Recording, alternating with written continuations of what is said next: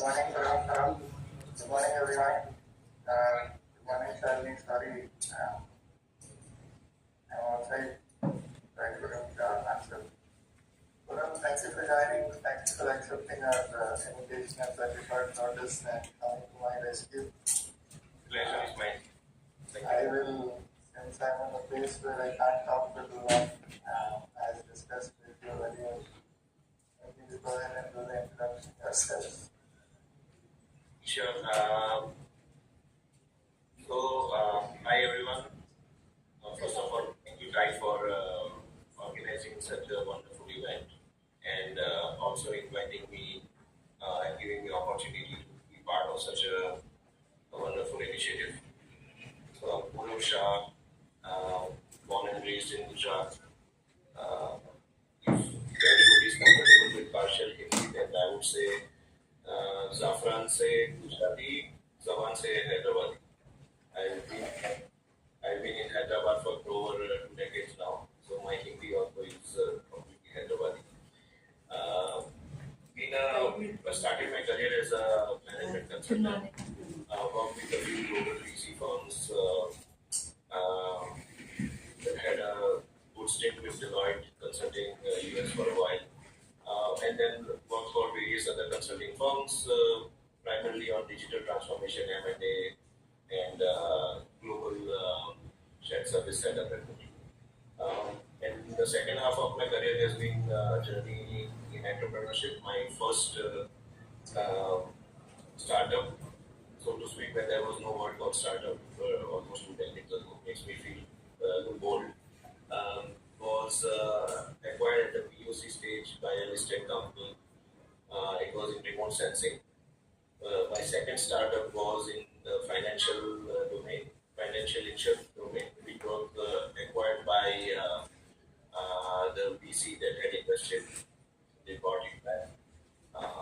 My third startup was in virtual reality, in travel, and that got merged with the European B2B company. And yeah, I've been doing some humble investments here and there in a few startups. At the same time, I have my own startup in the agri-tech space. So yeah, that's about me. I'm based out of Hyderabad. I talked about your movie that was I'm sorry. I want something dialogues.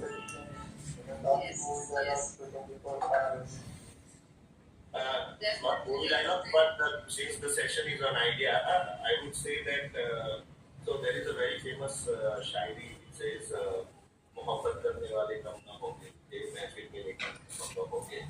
On that, there is a parallel to entrepreneurs.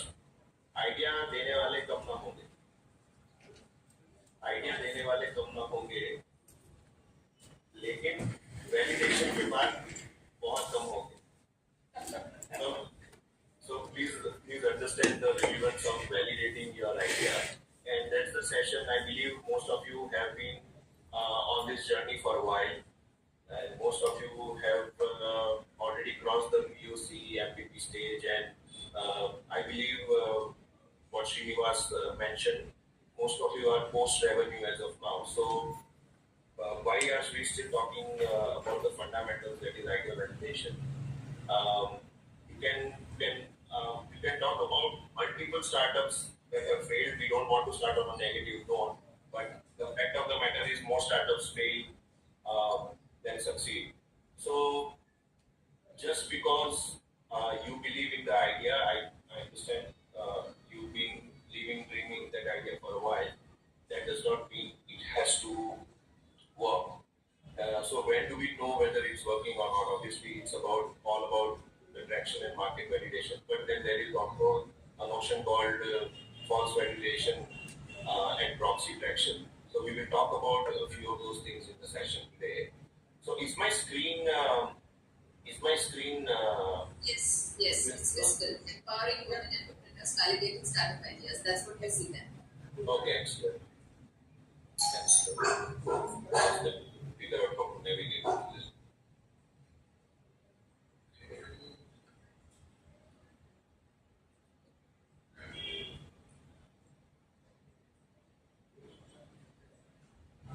Is it still visible? Yeah, visible. Okay, right. So there are a few things that we wanted to talk about today. Let's keep this session as interactive as possible. You can stop me anytime in between the conversation, ask the question. Very happy to answer. So we will be talking about understanding the importance of validation, the product and market fit. What if you neglect validation? We'll talk about some examples. We can also talk about some fit startups, and ultimately your goal is at the end of this number of sessions. I believe this is the first among the many where you would be present. Your startup and your idea to a set of investors or judges and or judges. So let us also look a little bit into what would can you expect from that particular session. So anybody know about does does anybody know about WhatsApp equivalent WhatsApp and cross of Snapchat startup India had somewhere in 2012 2013? Have you heard about a startup called Hype? They started with very similar to what WhatsApp did, while chat sessions, etc. At some point, they were missing traction, and then they completely pivoted to. They had stickers, they had disappearing messages, they had everything that you can see today in WhatsApp chat and Insta. But at some point, because they believed, they did not believe in the idea, they pivoted to something into. While there was traction, they were not really happy with the traction. There was a lot of pressure from investors. What happened? They pivoted to something called gaming, and that's where the downfall started. It was touted to be. It was already a 1.4 billion valuation startup in the first 12 months, but post that it just vanished without a clue. So there are multiple such startups that we can talk about. When we talk about validating your idea, right? The first set of people we go across to is your circle, your close friends, and that is where a lot of us get that false belief that it will work. A lot of people can be polite to you, but they may not be honest to you. So let us talk about let's say you are a startup. Which giving you an example, I recently met a startup. Um, they claim they do lot of they do organic food. They are an organic food startup, right? So one more. Let me take a step back. When you talk about your startup, if you are not able to describe the problem you are solving in one line, you need to go back to the drawing board again and again. In 5 words or 6 words, you should be able to define what your startup does. If you are going into a long essay, people are going to lose interest. And also, if you are not able to, it's very popular. If you are not able to explain your startup to a 10-year-old or a 70-year-old, you are doing something wrong. So find that one sentence that really defines your startup, your idea, in 5 to 6 words. So one startup came to us and they said, we are an organic food startup. So how are you different from a 24/7 mantra or organic India, etc. So many brands out there. So the response was we directly procure from farmers. Well, that's what other people do. Fine. What next? Do you process anything? No, we do not process. It's outsourced. Right. Um, do you do any value addition to your product? No, we do not do any value addition to our product. Right. How much traction did you have so far? Last 6 months, around 1 CR. Not a bad number.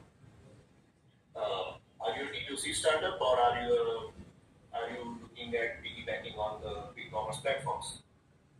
Well, we started with D2C, but we have just started getting some listing done on a couple of e-commerce platforms. How is it going? It's very difficult. We are not able to get the visibility. Right. So let's go back to the drawing board. What exactly does your startup do? Are you growing your own food? No. Are you processing your own food? No. Are you packing your own food? No. Then what exactly are you doing? Well, we are taking the food from the farmer and selling it to the consumer. So ultimately, you are a trading company. They had no answer to this. Why we are using this as an example is it's very important for you to be honest with yourself. If you are doing trading, there is no harm in saying yes.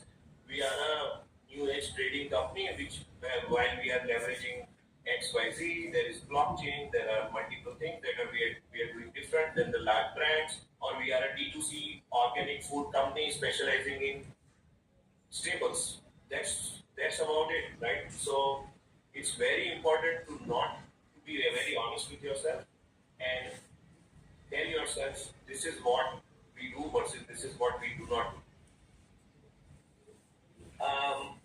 What's your target market? Now, this is a very always one of the questions that you would face in any panel. If any of you have had any access to or can conversations with serious investors, VCs, or even angels, you would have faced this question of who is your market, what is your target market, what is your addressable market. Now, let us say you are a startup in. Again, let's take an example of a beverage. You are a kombucha brand, and you want to identify what's your target market. Target market for beverages in just food and beverage in India is a few trillion dollars, right? And out of that, we are looking at addressable market. How do you define your addressable market? Do you think the people in tier three cities or tier four cities are going to know what kombucha is, right? So you start looking at this is we are in Hyderabad or we are in Bangalore. Probably there are 10 cities where there is lot of buzz around this particular brand, this particular brand or this particular product, which is kombucha, and then you start looking at how many people in the city, how can you advocate, etc. We don't need to go through the whole process, but you get the gist. It is very important to again be very, very pessimistic rather than optimistic about your target, about your addressable market, because at any given point of time, market dynamics can change, and while they may improve, you have to be prepared for the worst. And therefore, if you identified 18 cities in India as your target market, I would rather divide it into two and say, let me see if I am able to conquer the first 50%. If that works for me, then the rest of the market is mine. Otherwise, I really need to look at what I'm doing. Lot of people, lot of startups actually do not have sufficient data when it comes to market research. Most of it is secondary research through Google, general information available on the internet. What do we mean by primary research here is even before validating your product, have you taken surveys? 90% of the startups won't do it. Most of the startups will go with the belief that yes, there is a requirement in the market, and we are going to go ahead and we are going to build something. And that is that after a certain period of time, when you are at MVP stage, POC stage, that's where you start talking to people, and then you realize either there is a similar product in the market which never came up to research, or when you talk to the people on the ground, they would say, if X is doing my job, why do I need Y? So we again will talk a little bit on this market research where you should have some substantial data to back your claim that your particular idea is on a growth trajectory. Three elements to it. Most important one: is there a huge market out there? Is there a pull in the market? And three, do you really know the audience that is going to buy your product? A lot of startups again fall into the trap where they claim that we are a different startup, we are a unique startup. And trust me, if you are sitting in front of a potential investor and say, if you talk about blue ocean, they will be very jittery to even take the conversation further. It's okay to say we are doing something similar to an X brand or a Y brand. However, this is why we are different, and this is what we are doing, which has given us so and so results. So while there are case studies of successful startups or ideas in your space, leverage them rather than going against them, because trust me, when you are talking to potential judges and investors, they do know the market very well, and you can expect them to ask questions related to that particular, to draw a parallel to your startup, and therefore it is okay to accept that yes, we are very similar to X, we are very similar to Zepto. However, this is the problem we are solving. Which they are not able to solve. Right? Um, when it comes, we'll also talk about scaling. Uh, there is no alternative to scale. When it comes to any idea, it is most there are two factors that any investor would look at. The first one is your scale rational, and second, while you are increasing your top line, is your bottom line improving? Unfortunately, for the startups that are deep pocketed, they do not worry too much about the bottom line. Unless you are a really deep tech startup, unless you are doing something groundbreaking in space tech, any startup that is consumer driven, any startup that is focused on direct to customers or even B2B space, you need to improve your bottom line month on month, or year or quarter on quarter. That is one very important matrix that will be considered when an investor is evaluating. And we will also dwell upon some questions that you may face potentially by the judges panel. So I'll take a pause here. This is what I wanted to cover. Is there anything else should I cover, or do you want me to talk? Or are there any questions as of now?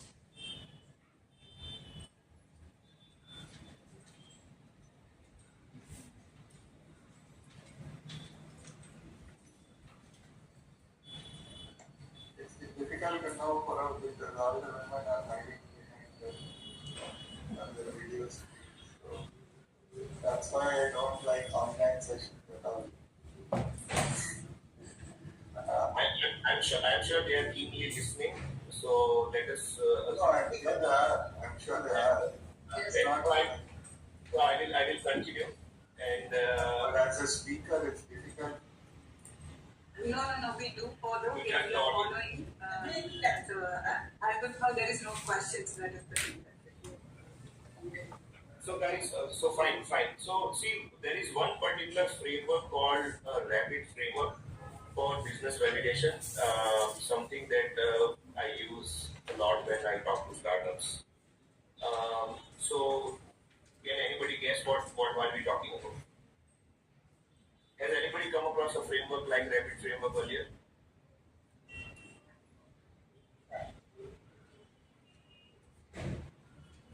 Like, What is it about? rapid framework is a business validation framework.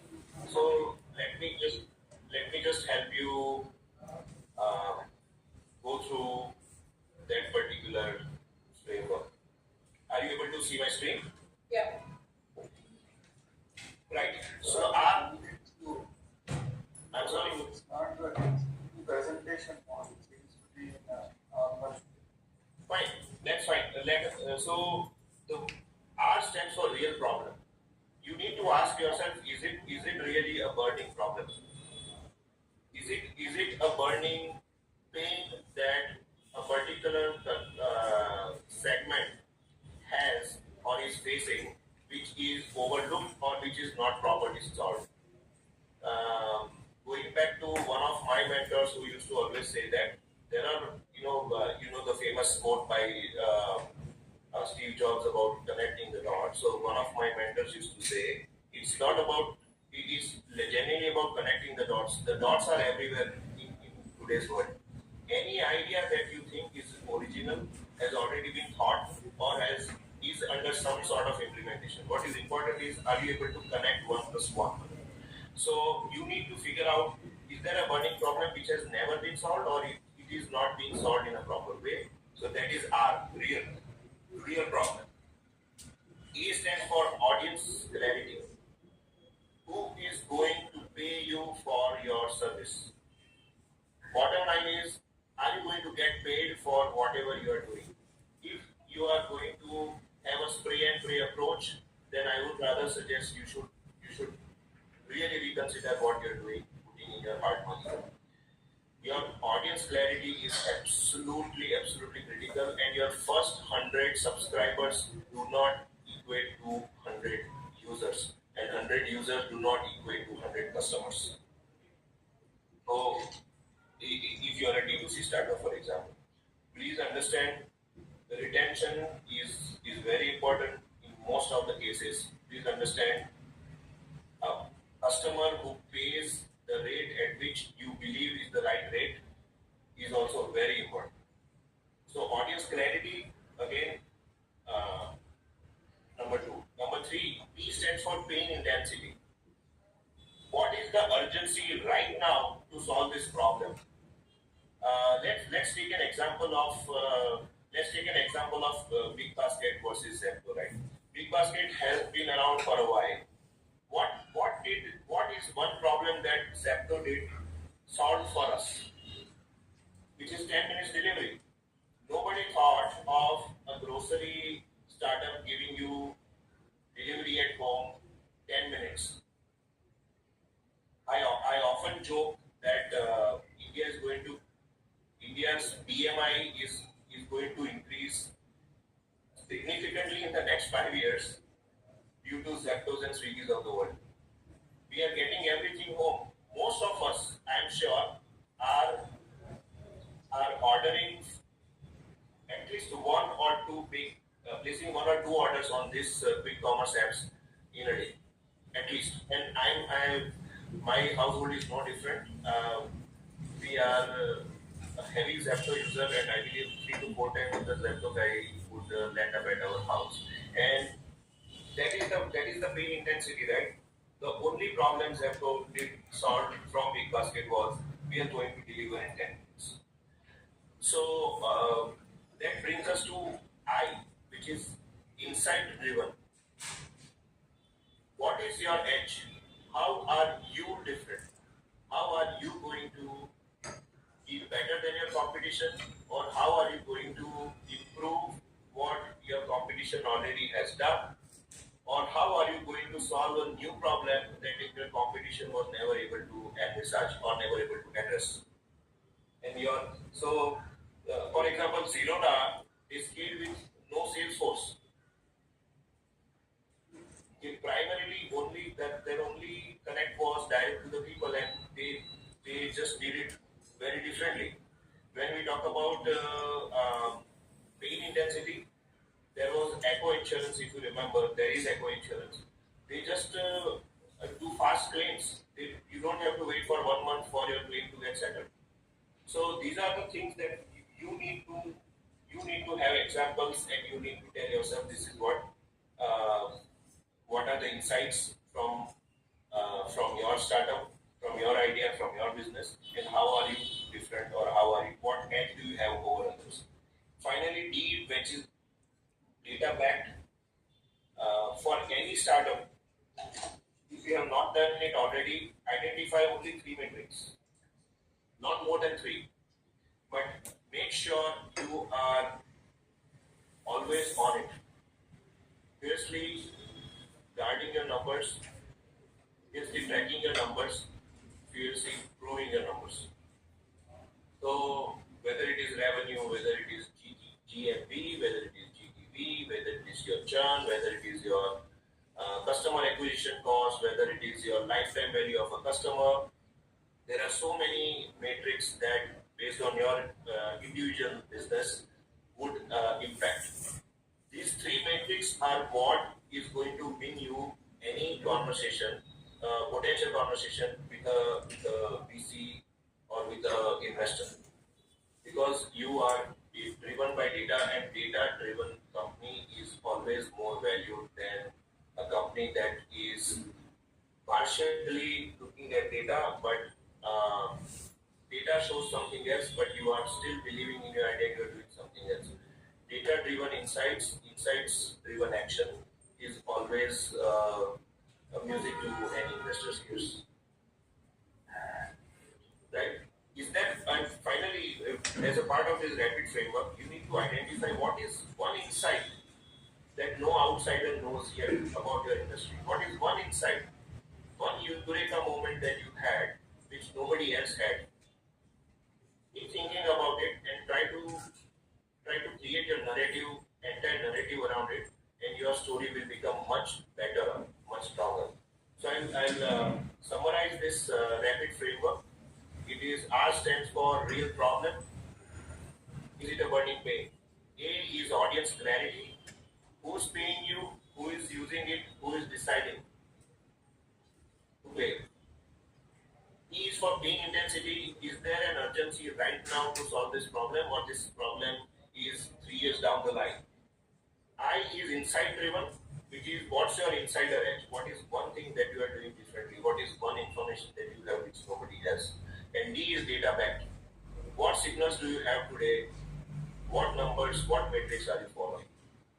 So this framework is extremely critical, and I would be happy to individually work with few of you if at all you have to reach out to me in helping you validating the idea.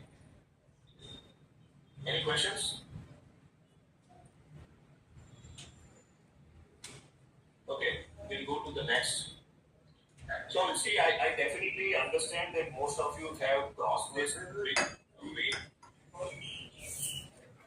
Yes, yours.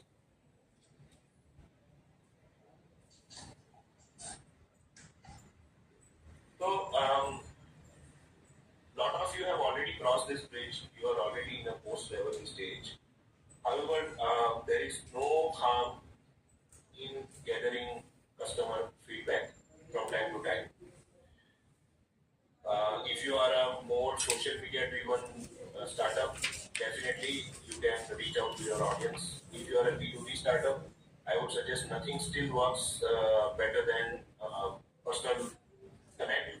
Go talk to your customers, understand their pain points. For all you know, they are sticking with you because maybe early on you have offered a good price and they are just till the time there is cost advantage, they are with you.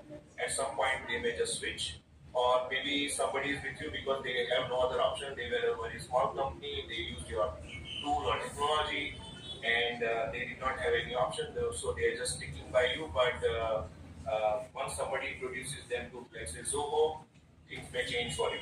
So please go and talk to your customers, take feedback. Even if you are generating 10 crores, 100 crores, time to time, go sit with your buyers, sit with your decision makers, sit with your direct customers, have a conversation, whichever way you want to. But make sure that you keep validating the idea. There is no harm in doing that. In fact, it is. I would put aside 2% of my marketing budget only on feedback. Out of the 10% that typically a company would use on marketing, around 2% should go to feedback. So real life success, they say that lot of startups are created in the mind, and before you realize you've started paying the rent, and before you realize you've lost your house.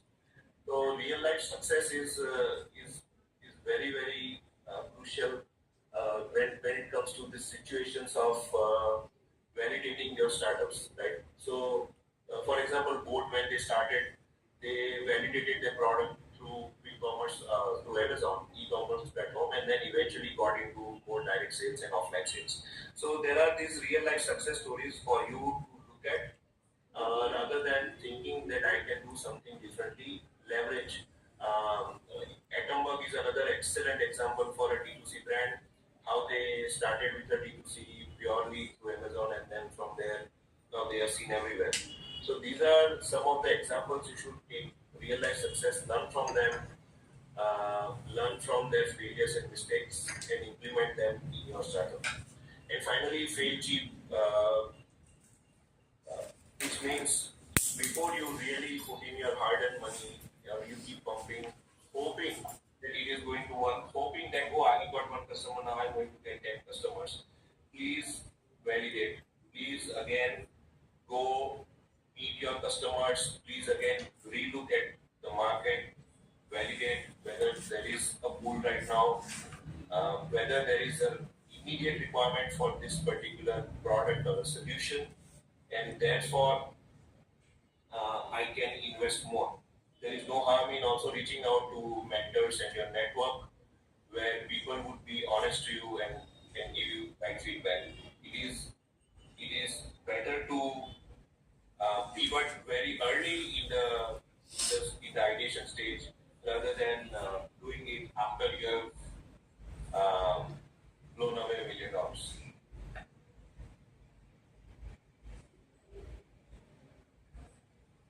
So now we are now we are going to talk about now we are going to talk about the we talked about Blinkit and Zepto, and so first was the Zepto, this is a Blinkit call. So common pitfalls, right? Now we will talk about what you are going to present to the panel and how are you going to present. So very critical is don't overload any presentation with information. Use two metrics. I keep it 2-3-2, a very simple formula. Two metrics that talk about your market. Three unique ideas or solutions that you have on the table on pertaining to your idea, and two competitors who have already been there, done that, or any precedents. So, if you have one slide to present about market and where you stand, 2 points about market, 3 points about you, and 2 points about your competition. Keep it as simple as possible. Keep it as numeric as possible. Everything else can be is a part of a commentary. Either we are on lot of times again. This value proposition is very critical. Everybody is going to ask you what is your USP, what is your USP. Value proposition does not mean always that I am doing something differently. You can even say, hey, I am also a Zepto, but instead of delivering something in 10 minutes, I do it in 20 minutes, but my margins are better. People will still hear it. But if you are going to talk about your value proposition in circles, it's never going to work. Value proposition again should not be 10 different things.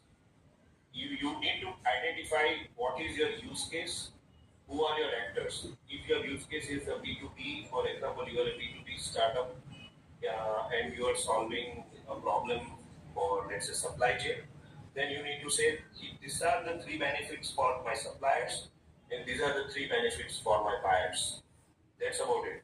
Keep it 3:3 or 4:4 or 5:5, nothing more than that. Your value proposition ideally should be one broad statement which talks about we are solving this particular, we are going to reduce food waste in India by 32%. Very broad number, random statement. But that's your larger statement, broader vision statement, and then you talk about 3 points you are solving for one actor versus the other actor in your ecosystem. You need to keep refining your messages. You need to pitch your idea to at least 5-6 angels or mentors or similar in your network who are potential investors before you actually sit with a VC or before you actually sit with a serious investor. Just like what I'll use a parlance of cricket, no matter how much you need to do net practice before you get on the ground. No matter how many matches you play, you still need to do your net practice. So please continue doing your net practice. It will help because because based on the questions you face, you will be able to distill your message. You will be able to make it more crispy, more intent driven, more context driven.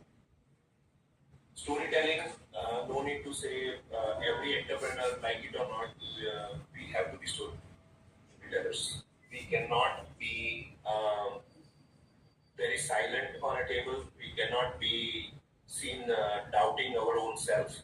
And therefore, any form of storytelling which can use some examples, something that the audience will relate to, even if it is a single analyst that you are talking to on a VC call, you should be able to tell something that is going to be engaging, that would raise eyebrows on the VC.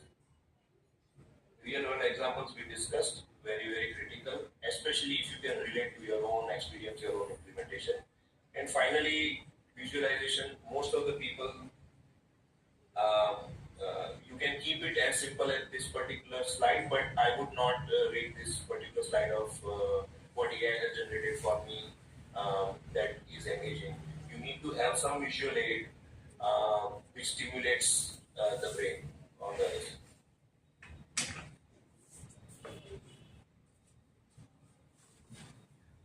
So while you are going to talk to present at some stage to your audience, to the judges, your storytelling, your emotional connect, the matrix that we discussed, some examples from precedents in your own industry, utilizing one or two of your own stories. Don't go on your life journey and create another Ramayana.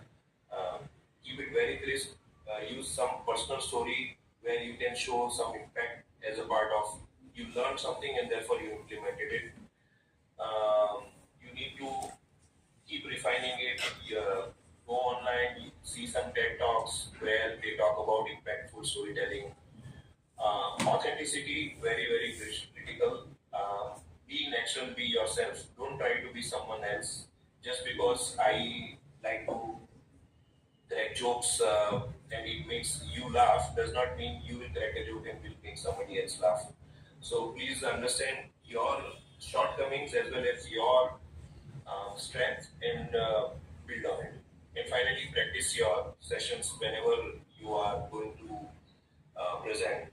Always, I would, and in the generative AI age, it's very easy to go to ChatGPT and ask for potential FAQs that you would face when it comes to a particular audience.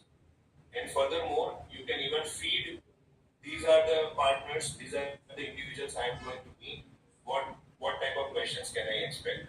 Based on that, you can practice your delivery. So that would be more useful.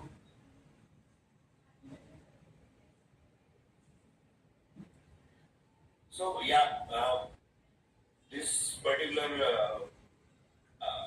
this is broadly what I believe your questions are going to be around, where you will be very often asked your pricing strategy, your customer segment, your market validation. That's the first question you are going to be asked. Then you will again be drilled down on your target audience, your target customers, your addressable market, tier 1 city, tier 2 city, or B2B, B2B, what segment, tier 1, tier 2, etc. Pricing strategy is extremely important. People so often miss uh, giving a better narrative on pricing strategy. Your pricing strategy has to be as articulate as possible. Unit economics is something that you should know, you should learn, no matter what type of startup you are, even if you are a deep tech startup, you are a space-based startup, your unit economics are crucial, especially in the B2C, B2B domain, yes, but still you need to know your unit economics. Market research we discussed, draw some parlance if there are reports available. If a VC or a investor is serious, they may ask you to share, keep it ready, develop database responses as I told you, be as tangible as possible, as numeric as possible in your data, and finally keep rehearsing your narrative, your storytelling, and keep believing that this is going to work. So I'll take a pause here. I believe my time for presentation is coming to a close. We have around 15 minutes, Srinivas, for Q&A. Yeah, sure. I will.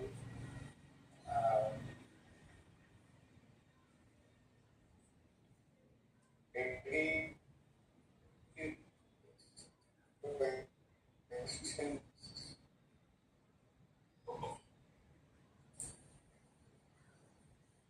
Srinivasa, your voice is breaking. Was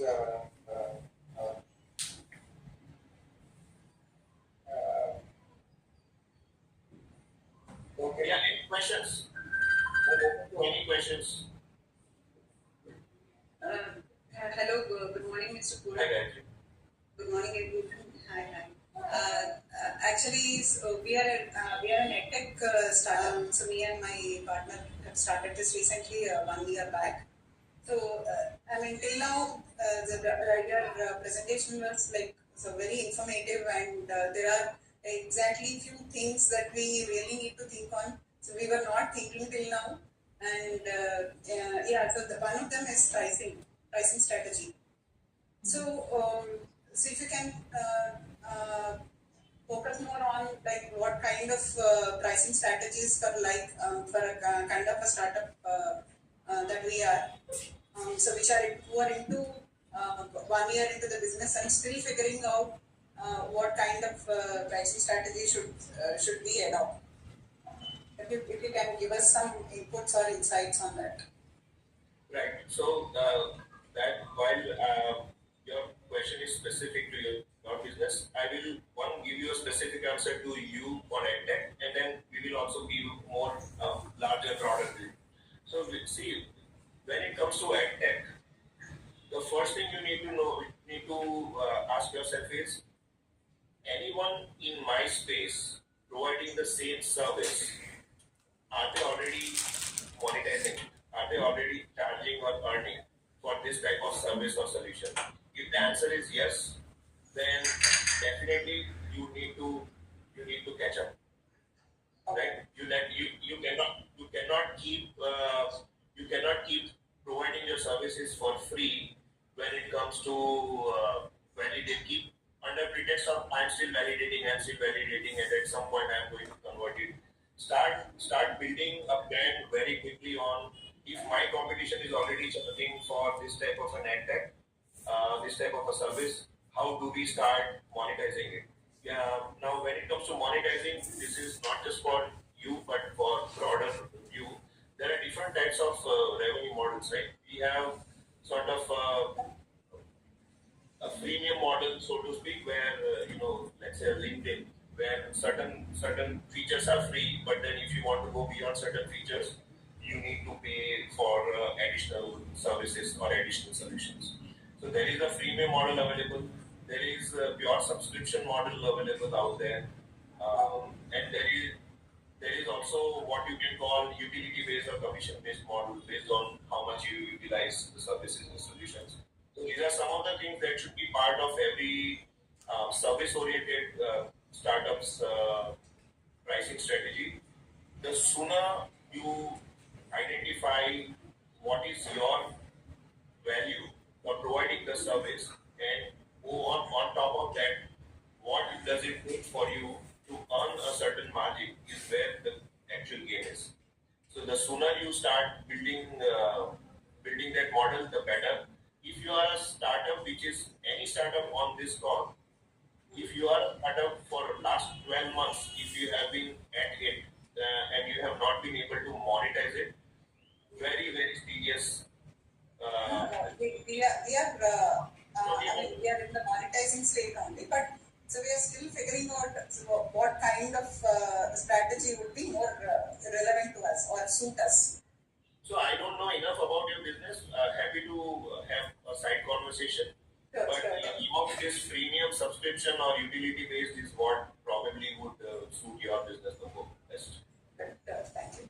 However, as a generic statement for any startup, if you are in this, if you are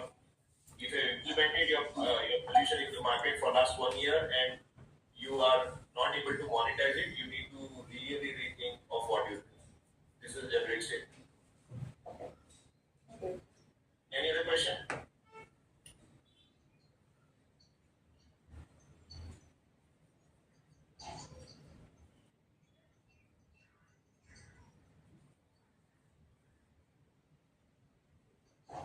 It looks like everyone's a champion here.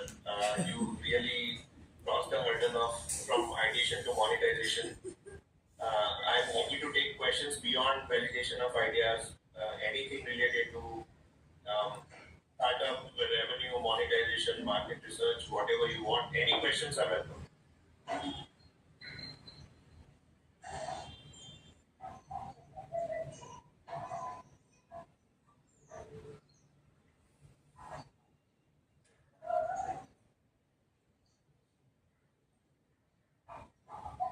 Looks like yes,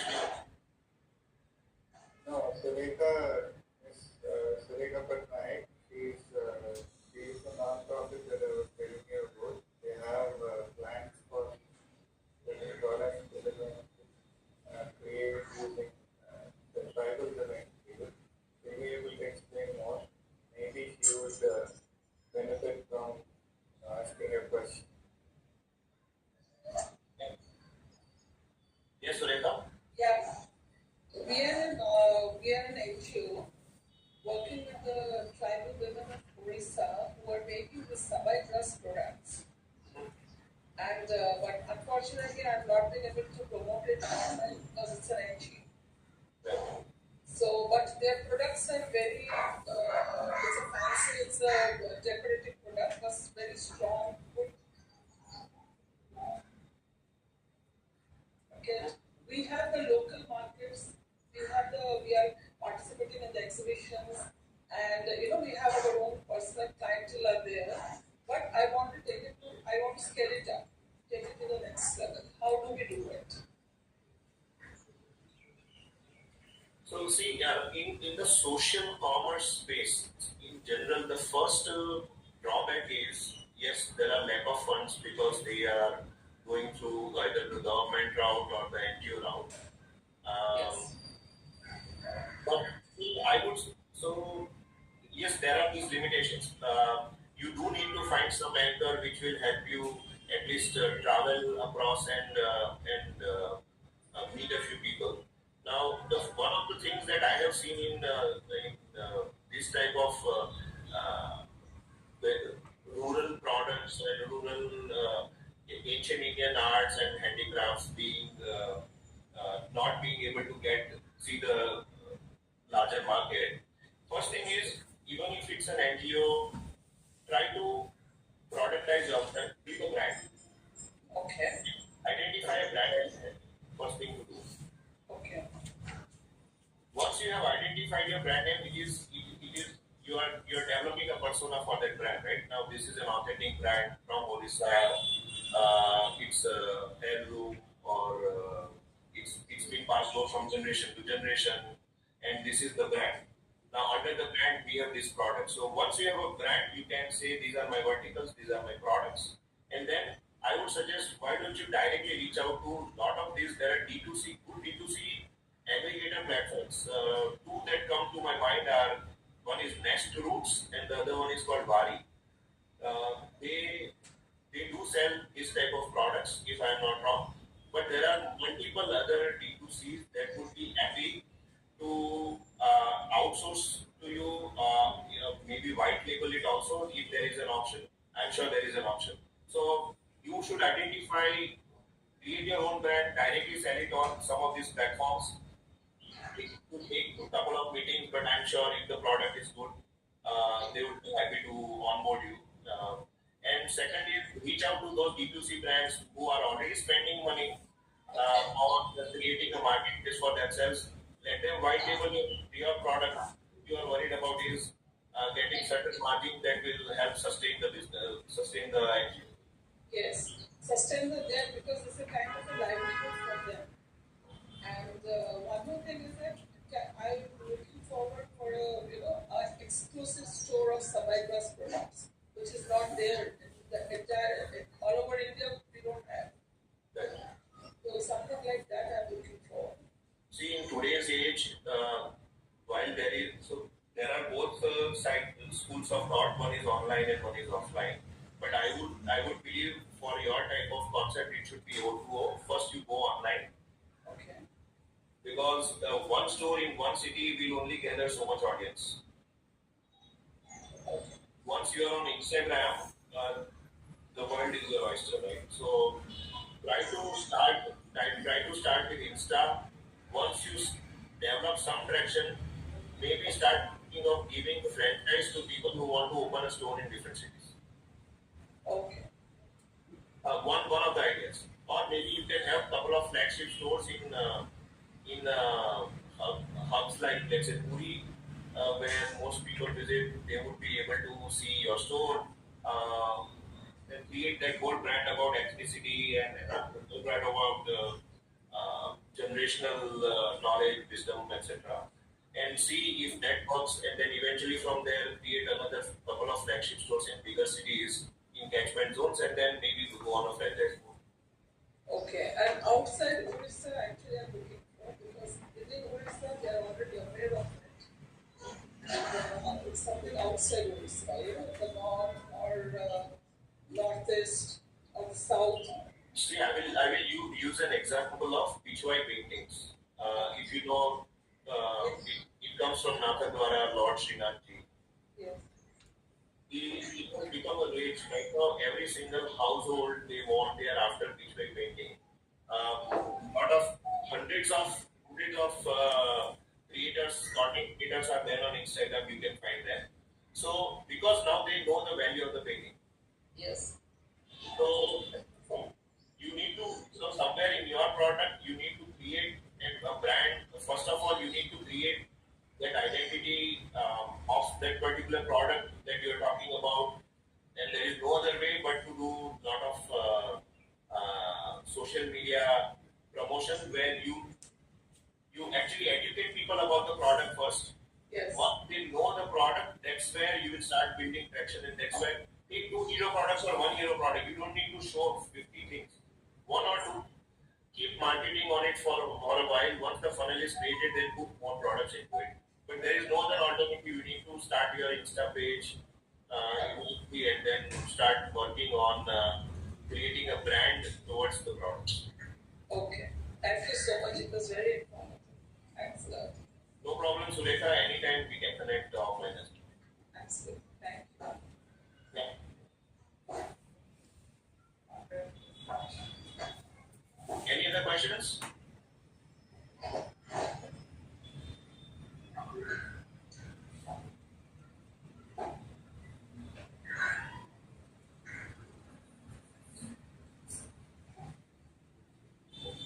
Okay, I think Srinivas, we have no more questions. I hope the session today was helpful, insightful. I'm very happy to take feedback from all of you. If there is anything I missed, if I'm going to conduct similar sessions again in future for time, I would like your feedback. Please provide your feedback to Srinivas. Happy to correct myself or